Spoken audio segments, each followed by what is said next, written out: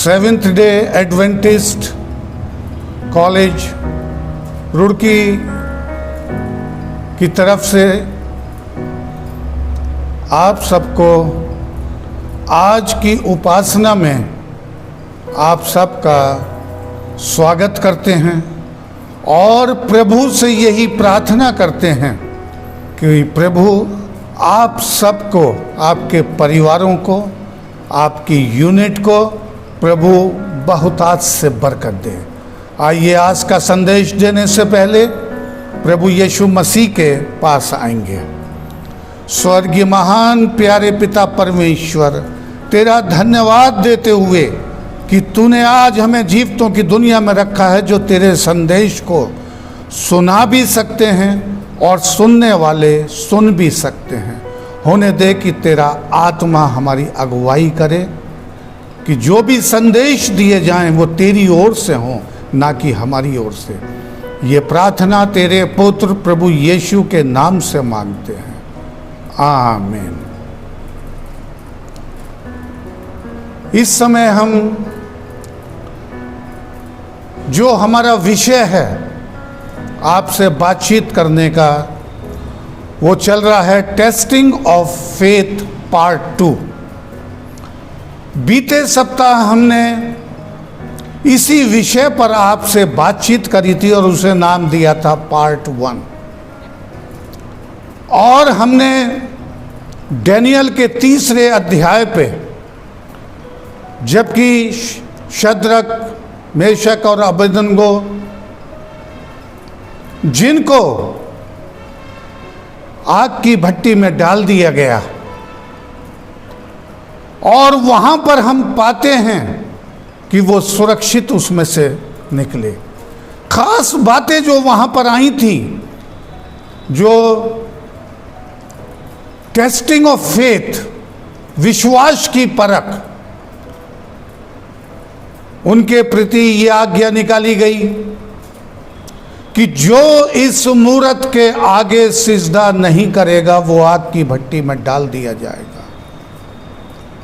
ये विश्वव्यापी आज्ञा थी जो एक बादशाह की तरफ से दी गई थी बेबीलोन की किंगडम में।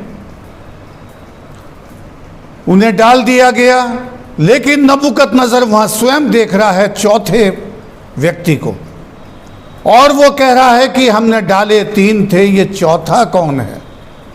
और वो खुद स्वीकार करता है और खुद वो कहता है कि कोई ईश्वर के पुत्र के समान दिखाई दे रहा है। यहां पर हम पाते हैं कि नबूकदनेस्सर बादशाह ने प्रभु यीशु मसीह की महानता को स्वीकार किया कि परमेश्वर के पुत्र जैसा, और फिर उसने आज्ञा दी कि लोग शद्रक, मेशक और अबेदनगो के परमेश्वर से कांपते रहें, थरथराते रहें, डरते रहें। उसने ईश्वर को स्वीकार किया। आज्ञा देने वाला भी वो है और परमेश्वर की महानता का भी वर्णन कर रहा है। ये विश्वव्यापी आज्ञा थी। पिछली बार मैंने आपको बताया था कि यूँ तो इन्हें कहानी बताया जाता है 3 अध्याय में, और आज मैं 6 अध्याय ले रहा हूँ जो डैनियल से संबंधित है। ये कहानियाँ नहीं हैं भाइयों, ये विश्वव्यापी आज्ञाएं हैं और इनका आने वाले समय से कोई संबंध है। पहली आज्ञा निकाली गई नबूकदनेस्सर बादशाह के द्वारा, वो डिक्टेटरशिप को दिखाता है, और हमने उसके करीब 800 साल के बाद देखा 321 AD से कि किस तरह से कॉन्स्टेंटिन बादशाह आज्ञाएं निकाल रहा है, किस तरह से कॉन्स्टेंटिनोपल आज्ञा निकाल रहा है, किस तरह से जस्टिनियन 538 में मोहर लगा रहा है। ये व्यक्तिगत फैसले थे, और अध्याय 3 में व्यक्तिगत फैसला था नबूकदनेस्सर का। लेकिन आज हम जो है 6 अध्याय में आ रहे हैं, जब हम डैनियल के 6 अध्याय में पहुंचते हैं तब तक बाबुल का साम्राज्य समाप्त हो चुका है और मादी फारसी राज सिंहासन पर बैठ चुके हैं। और इस पद में दारा का परिचय मादी फारसी के शासक के रूप में किया गया है। आपको ध्यान होगा कि मैंने एक शीर्षक लिया था किंगडम ऑफ गॉड, परमेश्वर का राज्य, 22 अगस्त 2020 को, जिसमें इन चारों किंगडम का वर्णन किया गया था, बेबीलोन, मीडो पर्सिया, ग्रीस और रोमन किंगडम। यहां पर हम 6 अध्याय में देख रहे हैं कि बेबीलोन का राज्य समाप्त हो गया है। यह करीब 539 BC की बात है। 6 अध्याय की पहली आयत में हम पाते हैं, यह भी एक कहानी है, लेकिन वास्तविक रूप से यह कहानी नहीं पाई जाएगी, क्योंकि इसके अंदर भी विश्वव्यापी आज्ञा निकलेगी। ये उस समय की बातें हैं जबकि बेबीलोन, मीडो पर्सिया, ग्रीस और रोमन एक महान किंगडम मानी जाती थी। जब दारा इसका मादियों का शासक बन जाता है, दारा को यह अच्छा लगा कि अपने राज्य के ऊपर 120 ऐसे अधिपति ठहराए जो पूरे राज्य में अधिकार रखें। बहुत बड़ा क्षेत्र है, पूरा यूरोप, पूरा middle east, Turkey, northern part of Africa continent, Iran, Iraq, UAE, आज जितने भी मिडिल ईस्ट के कंट्री हैं, ये सब उस समय बेबीलोन किंगडम और मीडो पर्सिया किंगडम के नाम से जाने जाते हैं। तो 120 लोगों को नियुक्त किया गया और उसके ऊपर 3 अध्यक्ष बनाए गए, जिनमें से डैनियल एक था। इसलिए ठहराए कि वो उनका लेखा लिया करे। प्रधान अधिकारी 120 नियुक्त किए, 3 अध्यक्ष, और उस 3 में भी डैनियल जो था वो सर्वोपरि था। इतिहास में इसके अतिरिक्त और कहीं ऐसी कोई घटना नहीं मिलती जहां पर एक राज्य पर आक्रमण करके जीत लें तथा हारे हुए राज्य का प्रधानमंत्री विजयी राज्य के मंत्रिमंडल में एक ऊंचा स्थान प्राप्त करे। ऐसा कहीं नहीं होता है। दारा ने बेबीलोन के बादशाह को हरा दिया, खुद गद्दी पर बैठा, और उस समय डैनियल बेलशस्सर राजा के समय में एक बड़ा ऊंचा स्थान प्राप्त किए हुए था। ऐसा नहीं पाया जाता है कि जिस राज्य को जीता जाता तो हारे हुए राज्य का प्रधानमंत्री फिर प्रधानमंत्री बनाया जाए, ऐसे कभी नहीं पाया जाता है। लेकिन यहाँ पर एक अद्भुत चीज़ हो रही है कि दारा बादशाह को ये अच्छा लगा कि डैनियल को उनके ऊपर सर्वोपरि अधिकारी नियुक्त किया जाए, जिससे राजा को कोई हानि ना हो, क्योंकि दारा बादशाह डैनियल की बुद्धि के बारे में, उसके काम करने के बारे में, उसकी ईमानदारी के बारे में जानता था, और वो ये भी जानता था कि उसके अंदर जीवते परमेश्वर की आत्मा निवास करती है। तब उसने उन 3री आयत में जब उसने देखा कि डैनियल में उत्तम आत्मा है, तब उसको उन अध्यक्षों, अधिपतियों से अधिक प्रतिष्ठा मिली। वरन राजा ये भी सोचता था कि उसके सारे राज्य के ऊपर उसे अधिकारी ठहराया जाए। इस तरह से राजा ने एक बहुत बड़ी जिम्मेदारी दी है। अब देखिए आगे कैसे कैसे ये कहानी चलती है। 4थी आयत में पाया जाता है 6 अध्याय की, जब अध्यक्ष और अधिपति राज कार्य करने में डैनियल के विरुद्ध दोष ढूंढने लगे, क्योंकि डैनियल वहां पर प्रथम स्थान रखे हुए है और वो एक ईमानदार अध्यक्ष था, उनका लेखा जोखा वो लिया करता था, लेकिन अब वो उसमें दोष ढूंढने लगे। यहां से देखिए शुरू होगा कि ये कहानी नहीं है, बल्कि ये आने वाले समय के लिए, हमारे लिए, देखिए इसमें कितना बड़ा लेसन इसके अंदर पाया जाएगा। उसके विरुद्ध दोष ढूंढने लगे, परंतु वो विश्वास योग्य था, उसके काम में कोई भूल या दोष ना निकला और वो ऐसा कोई अपराध या दोष उसके अंदर ना पा सके। वो सारे अधिपति जितने भी कार्य करता थे वो उसके अंदर दोष ढूंढ रहे हैं, लेकिन वो ना ढूंढ पाए। और 5वीं आयत में बहुत साफ लिखा है, हम उस डैनियल के परमेश्वर की व्यवस्था को छोड़ किसी विषय में कोई दोष ना ढूंढने पाएंगे।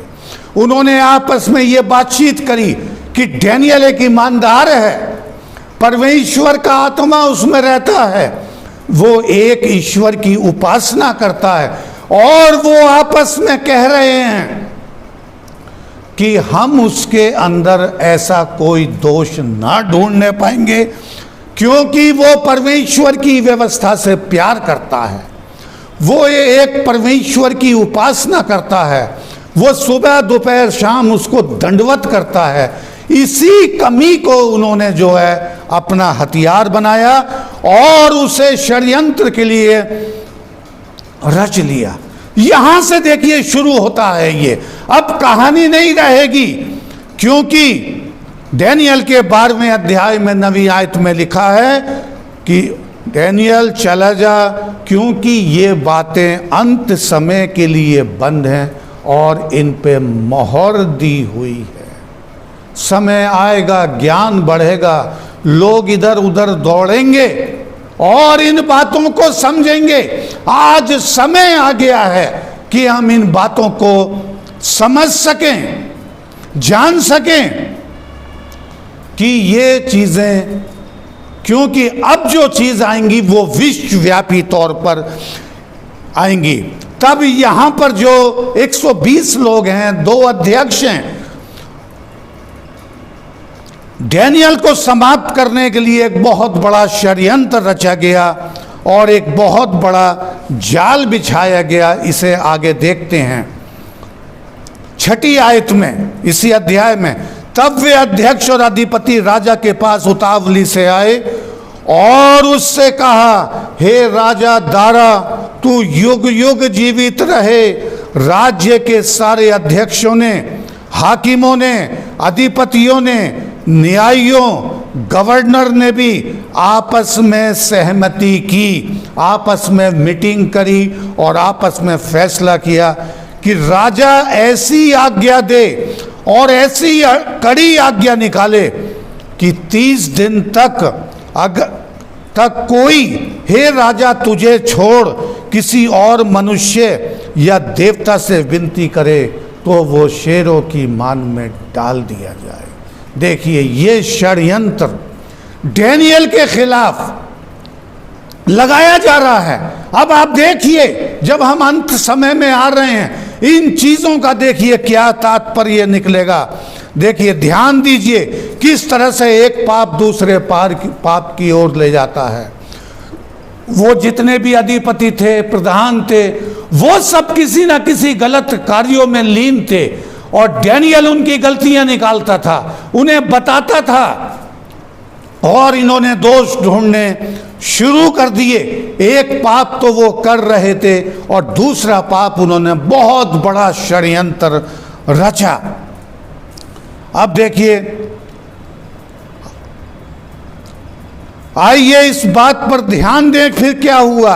एक राजकीय आदेश, एक शासकीय आज्ञा पास की गई कि डैनियल अपने जीवित परमेश्वर की आज्ञा का उल्लंघन करे। उन्होंने ये सोच लिया था कि डैनियल इस आज्ञा का उल्लंघन करेगा। उन्होंने राजा के पास अपनी फरियाद रखी कि राजा ऐसी आज्ञा दे, और वो ये भी जानते थे कि मादी फारसियों की व्यवस्था के अनुसार अगर राजा कोई नियम पास कर देगा तो वो बदला नहीं जाएगा। इस तरह से उन्होंने ये षड्यंत्र बना लिया कि डैनियल जो है इसमें घिर जाएगा, क्योंकि ये बदला नहीं जा सकता। ये आदेश जो राजा दारा ने डैनियल के 6वें अध्याय में पास किया, बिल्कुल ऐसा ही आदेश राजा नबूकदनेस्सर ने डैनियल के 3रे अध्याय में पास किया। अब देखिए इन दोनों में क्या समानताएं हैं, क्या इसमें डिफरेंस है दोनों अध्यादेशों में। राजा नबूकदनेस्सर ने डैनियल के 3रे अध्याय में पास किया था। डैनियल अध्याय 3 और 6 दोनों में समानता। सबसे शक्तिशाली शासकों ने विश्वव्यापी मृत्यु दंड का आदेश जारी किया। देखिए दोनों अध्यादेशों में क्या है, दोनों में समानता है, दोनों में मृत्यु दंड है। दोनों आदेश अंतिम समय में परमेश्वर के लोगों की सताहट के उदाहरण हैं।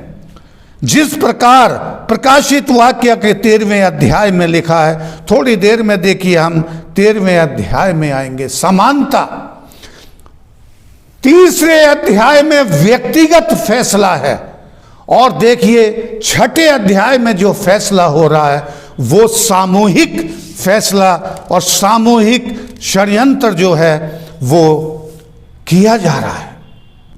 आगे देखते हैं 6ठे अध्याय की 10वीं आयत में, जब डैनियल को मालूम हुआ कि उस पत्र पर हस्ताक्षर कर दिया गया, तब वो अपने घर में गया और ऊपरी कोठी की खिड़कियों पर यरूशलेम के सामने खुली रहती हैं, और अपनी रीति के अनुसार जैसा वो दिन में 3 बार प्रार्थना करता था, परमेश्वर के सामने घुटने टेक कर प्रार्थना किया।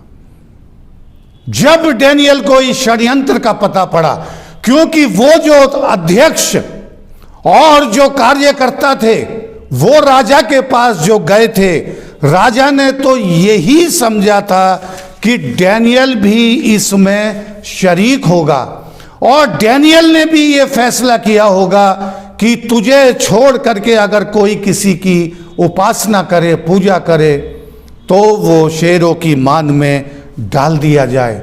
यहां पर हम देखते हैं कि राजा दारा जो है वो इस षड्यंत्र में फंस गया। यहां पर उसके दिमाग में यही है कि डैनियल भी उसमें था, क्योंकि उन्होंने जो रिपोर्ट रखी थी वो ये रखी थी कि हे बादशाह, हमने सहमति की है, सर्वसम्मति से ये फैसला किया है। इन शब्दों के अर्थ देखना अंत के समय में क्या मायने रखते हैं, बहुत बड़े मायने इसके यहां पर निकलेंगे।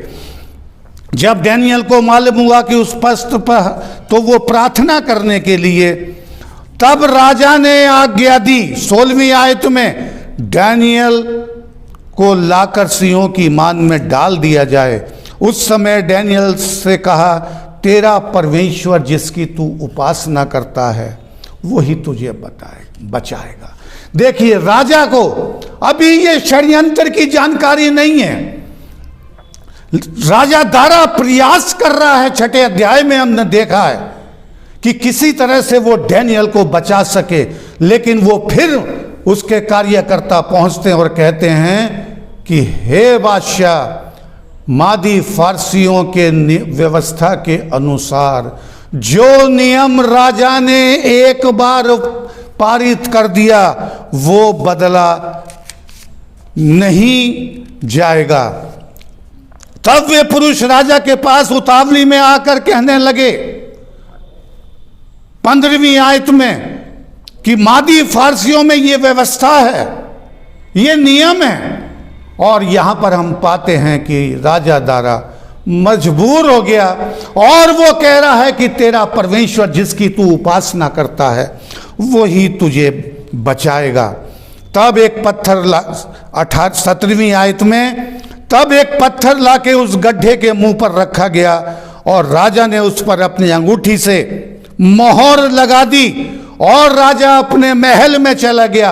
उस दिन वो बहुत ही ज्यादा दुखी था अपने महल के अंदर, क्योंकि वो इस षड्यंत्र को नहीं जान सका। वो केवल इतना जाना कि जब उन्होंने शब्द इस्तेमाल किया कि ये नियम सर्वसम्मति से पास किया गया है। इस शब्द को याद रखना, सर्वसम्मति से। आने वाले समय में आपको ये शब्द मिलेंगे, जिसे परमेश्वर कह रहा है डैनियल से, इन्हें बंद कर दे, मोहर लगा दे। सर्वसम्मति से बहुत से नियम पास होंगे जिस पर अभी हम, और उसे नींद भी नहीं आई, लेकिन अचानक राजा दारा की समझ में आ गया कि उसके साथ एक चाल खेली गई है। इस षड्यंत्र उसे भी शामिल कर लिया है। राजा दारा को ये अफसोस हो रहा है और वो कह रहा है कि जिस परमेश्वर की तू उपासना करता है वो तुझे बचाएगा। आगे हम देखते हैं 19वीं आयत। भोर को पौ फटते ही राजा उठा और सिंहों की ओर फुर्ती से चला गया और डैनियल से कहा, हे डैनियल, हे जीवते परमेश्वर के दास, क्या तेरा परमेश्वर जिसकी तू नित्य उपासना करता है तुझे सिंहों से बचा सका है?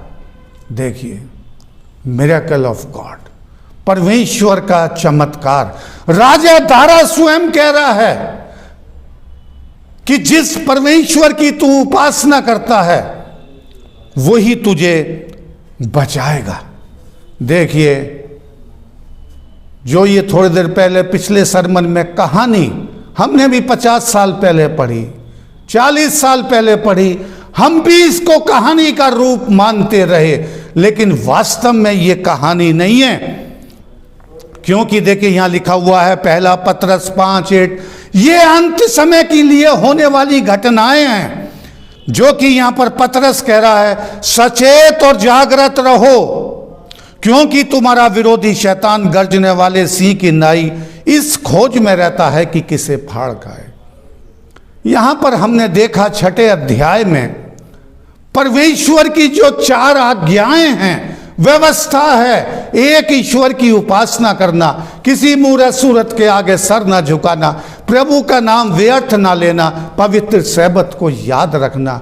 ये 4 आज्ञाओं से पहचान होती है कि हम प्रभु के विश्वासी हैं, हम प्रभु की संतान हैं। और इस 6ठे अध्याय में हम देख रहे हैं कि विरोधी का हथियार पहले हुक्म के ऊपर अटैक है, जहां कहा गया है कि एक ईश्वर की आराधना करना, और डैनियल वही कार्य करता था।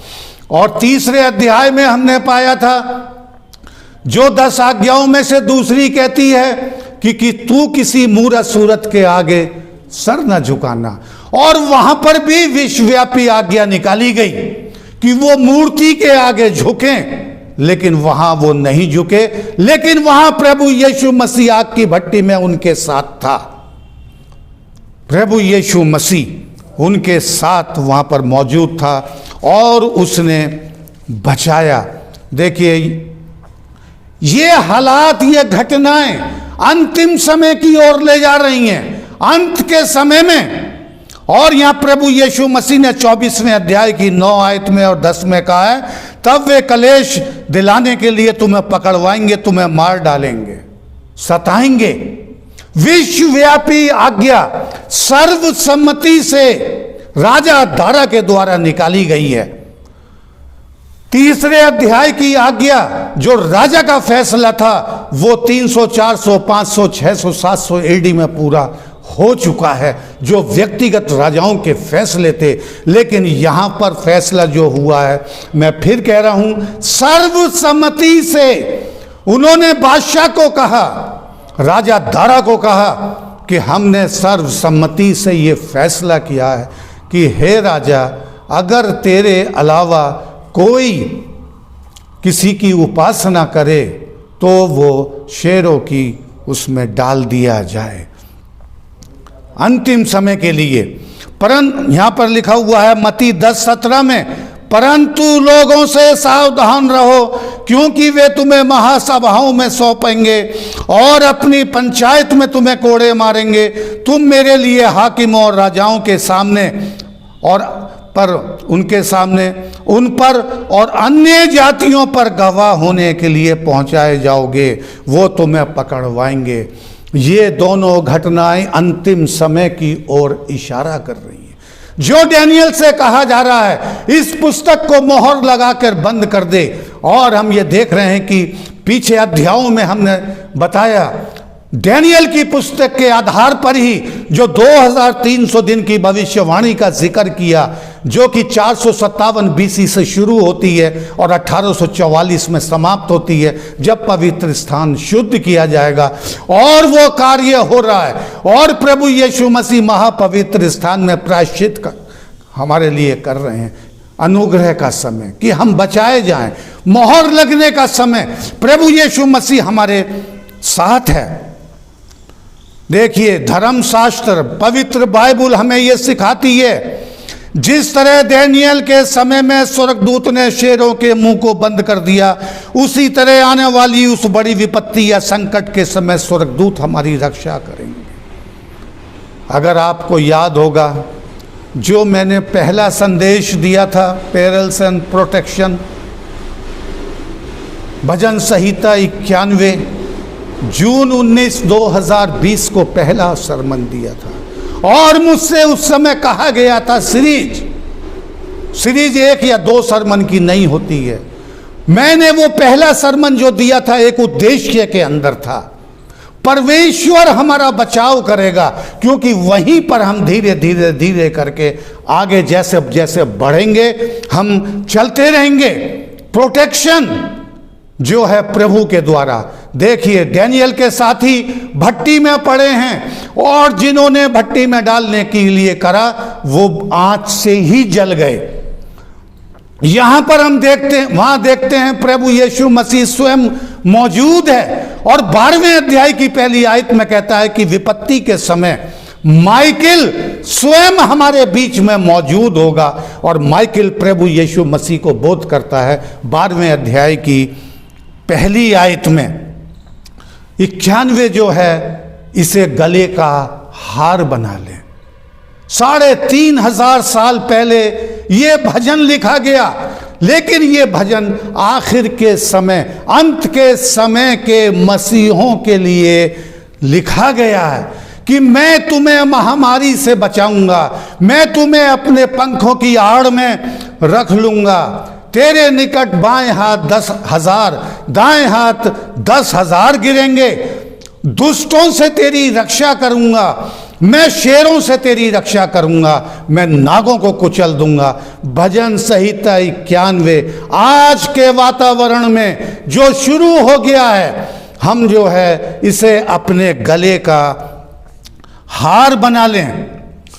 बहेलिए के जाल से, महामारी से पंखों की आड़ में ले लूंगा और तू अपनी आंखों से दृष्टि करेगा और दुष्टों के अंत को देखेगा। क्योंकि हम यहां पर आप देखिए पाएंगे इस बात को कि हम पा रहे हैं कि डैनियल जब सुरक्षित पाया गया, उसके बाद क्या देखते हैं 6 अध्याय की 24वीं आयत। तब राजा ने आज्ञा दी कि जिन पुरुषों ने डैनियल की चुगली खाई थी वे अपने बाल बच्चों स्त्रियों समेत लाकर शेरों के गड्ढे में डाल दिए जाएं, और वे गड्ढे की पैंदी तक भी ना पहुंचे कि शेरों ने उन पर झपट कर हड्डियां समेत उन्हें चबा डाला। राजा ने आज्ञा दी। जब राजा ने देख लिया कि परमेश्वर ने, जिस परमेश्वर की डैनियल नबी उपासना करता था, और उस परमेश्वर ने स्वयं आकर के उसे बचा लिया। नबूकदनेस्सर के समय में प्रभु यीशु मसीह ने स्वयं आकर के शद्रक, मेशक और अबेदनगो को बचा लिया। लेकिन यहां पर राजा आज्ञा दे रहा है, जो मैंने पहले कहा था, सर्वसम्मति वर्ड, दूसरा षड्यंत्र, ये दोनों शब्द अंत समय के लिए बहुत मायने रखते हैं। षड्यंत्र, ये षड्यंत्र क्यों रचा गया? ये षड्यंत्र इसलिए कि डैनियल सच्चे ईश्वर की उपासना करता था, वो परमेश्वर की व्यवस्था को मानता था। ये अटैक परमेश्वर की व्यवस्था के ऊपर था। ये अटैक डैनियल के ऊपर नहीं है, ये परमेश्वर की व्यवस्था के ऊपर है। और उन्होंने षड्यंत्र रचा, और षड्यंत्र क्या था? हमने सर्वसम्मति से फैसला किया है। और बादशाह राजा दारा उनके इस षड्यंत्र में फंस गया। इसलिए यहां पर आज्ञा दे रहा है कि जिन पुरुषों ने डैनियल की चुगली खाई थी, उनके बाल बच्चों समेत, परिवार समेत शेरों की मान में जो है डाल दिया जाए। तब हम 26वीं आयत में देखते हैं, अब राजा दारा क्या कहता है? मैं ये आज्ञा देता हूं 26वीं आयत में कि जहां जहां मेरे राज्य का अधिकार है, बहुत बड़ा क्षेत्र था राजा दारा का, पूरा middle east, northern part Africa, पूरा यूरोप, जहां उनका राज्य चल रहा था, जहां जहां मेरे राज्य का अधिकार है, वहां के लोग डैनियल के परमेश्वर के सम्मुख कांपते और थरथराते रहें, क्योंकि जीवता और युगानुयुग तक रहने वाला परमेश्वर वही है, और उसका राज्य अविनाशी और उसकी प्रभुता सदा स्थिर रहती है। देखिए क्या आज्ञा दी जा रही है यहां पर। देखिए हम 2-4 चीजें बड़ी खास देखेंगे कि जब नबूकदनेस्सर बादशाह ने आज्ञा दी, और वो भी कह रहा है, मृत्यु दंड की आज्ञा दे रहा है, लेकिन वो कह रहा है कि जिस परमेश्वर की तुम उपासना करते हो। तो ये अटैक क्यों हो रहे हैं? वो परमेश्वर की महानता को स्वीकार कर रहा है। नबूकदनेस्सर ने कई जगह पर स्वीकार किया है इस बात को, परमेश्वर महान है, ऋतुओं को वो बदलता है, मौसम वो बदलता है, लोगों को गद्दी पर वो बैठाता है। नबूकदनेस्सर इस तरह से बार बार कबूल कर रहा है, लेकिन फिर भी विश्वव्यापी आज्ञाएं, इस विश्वव्यापी वर्ड का आज के अंतिम दिनों में बहुत गहरा संबंध है, बहुत गहरा, कि आज्ञाएं पास की जाएंगी, आज्ञाएं निकाली जाएंगी। हो सकता है कि आज्ञा निकालने वाला खुश ना हो, जैसे राजा दारा आज्ञा तो निकाल दी,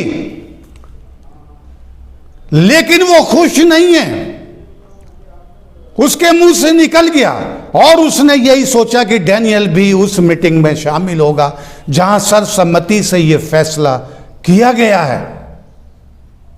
वो भी दुखी है, और वो भी कह रहा है कि जिस परमेश्वर की उपासना करता है वो बचाएगा। वो उसके बचाने का प्रयास कर रहा है, लेकिन मजबूर हो गया, क्योंकि वहां के नियमों की व्यवस्था ऐसी थी कि जिसे बदला नहीं जा सकता था।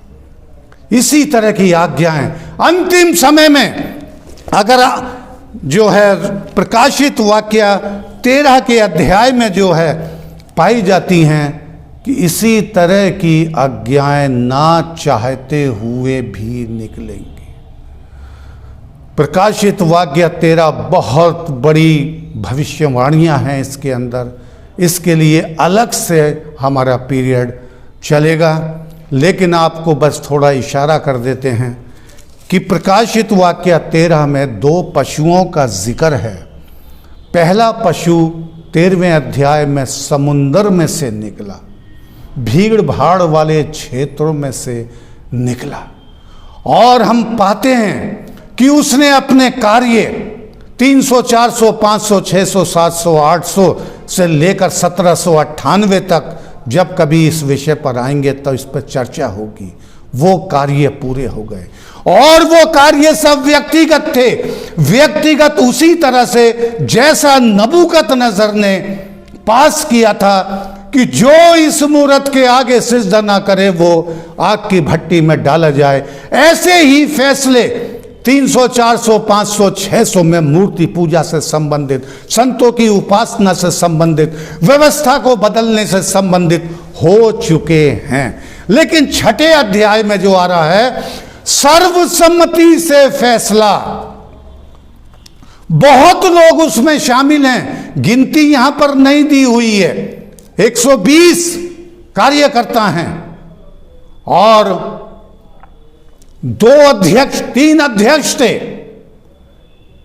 डैनियल उसमें नहीं है, क्योंकि वो जीवते परमेश्वर की उपासना कर रहा है और वो अटैक परमेश्वर की व्यवस्था के ऊपर है, नियमों के ऊपर है, क्योंकि व्यवस्था जो है अनंत है, हमेशा तक के लिए है। 13वें अध्याय के कार्य हो चुके हैं, लेकिन 13वें अध्याय में फिर मैंने एक पशु को पृथ्वी में से निकलते देखा, उसके मेमने के से 2 सींग और वो अजगर के समान बोलता है। वो पहले पशु का सारा अधिकार उसके काम में लाता है और पृथ्वी और उसके रहने वालों से उस पशु की जिसका प्राण घातक घाव अच्छा हो गया पूजा कराता है।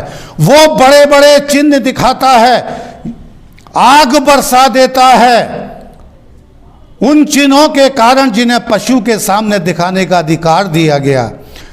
उसे उस पशु की मूरत में प्राण डालने का अधिकार दिया गया, दूसरे पशु में जो पृथ्वी से एक एरिया से निकल रहा है, जो बहुत जल्द निकलने वाला है। जिस तरह से डैनियल के समय में विश्वव्यापी आज्ञा, ये कहानी नहीं है, ये तो अंत समय में होने वाली घटनाएं हैं। वहां सर्वसम्मति से फैसला, और यहां भी सर्वसम्मति से ना जाने कितने फैसले किए जाएंगे। जितने लोग उस पशु की मूर्ति की पूजा ना करें उन्हें मरवा डाले। देखिए, वहां भी मृत्यु दंड था और यहां भी मृत्यु दंड है। इसलिए परमेश्वर कह रहा है डैनियल से, इस पुस्तक को बंद करके अंत समय के लिए मोहर लगा करके रख दे। लेकिन 1844 के बाद हम देखते हैं कि जब हम न्याय के समय में चल रहे हैं, अंत का समय शुरू हो गया है और इन घटनाओं का भी आना, और हम तमाम जलवायु परिवर्तन छठी सील में देख रहे हैं और वहां पर मोहर लगने का कार्य भी चल रहा है। उसको छोड़ जिस पर छाप पशु की नाम या उसके नाम का अंक हो या कोई लेन देन ना कर सके, और ज्ञान इसी में है। जिसे बुद्धि हो वो इस पशु का अंक जोड़ ले, क्योंकि ये मनुष्य का अंक है और उसका अंक 666 है। बहुत बड़ी भविष्यवाणी है ये। 2 भविष्यवाणियां हैं 13वें अध्याय के अंदर, और ये दूसरी भविष्यवाणी अंत के समय के लिए है। हम नहीं जानते इसके लिए 1 हफ्ता भी, 1 महीना भी और 1 साल भी, लेकिन विश्वव्यापी मृत्यु दंड यहाँ पर जो है, हमने जो है विश्वास की परख, ये 2 समय में इसको हमने वर्णन किया है कि टेस्टिंग ऑफ फेथ, विश्वास की परख किस तरह से देखिए 3रे अध्याय में होती है, दूसरी 10 कमांडमेंट्स को तोड़ने के लिए। उनसे तोड़वाया जा रहा है कि अगर आराधना नहीं करोगे तो आग की भट्टी। पहली आज्ञा तोड़वाई जा रही है डैनियल से, अगर सिजदा नहीं करोगे राजा दारा को तो शेरों की मां। दोनों जगह पर परमेश्वर की जीत हुई है, और अंत समय में जो है ये बड़ी शक्ति के साथ ये पावर उठेगी, जो कि विश्वव्यापी आज्ञाएं निकलने का समय आ गया है। परमेश्वर की व्यवस्था के ऊपर अटैक। प्रभु आप सबको बरकत दे। आइए प्रार्थना करें। स्वर्गीय महान प्यारे पिता परमेश्वर, तेरा धन्यवाद करते हुए इस संदेश के लिए, जबकि प्रभु ये सारांश में दिया गया, विश्वव्यापी आज्ञाएं डिटेल में पढ़ी हैं। डैनियल का चेहरा डिटेल में पढ़ा है, उसके साथियों का चेहरा डिटेल में पढ़ा है। ये कहानियां नहीं हैं, ये आने वाले समय के लिए चेतावनियां हैं कि इसी तरह से परमेश्वर के लोगों के सामने भी ये समस्याएं अंत समय में आएंगी। क्योंकि वचन कह रहा है सचेत रहो, होशियार रहो, क्योंकि विरोधी फाड़ने वाले शेर के समान घूम रहा है कि किसे फाड़ खाए। प्रभु इस संदेश को समझने की शक्ति, ज्ञान, बुद्धि और आत्मा का वरदान देना। ये प्रार्थना तेरे पुत्र प्रभु यीशु के नाम से मांगते, आमीन।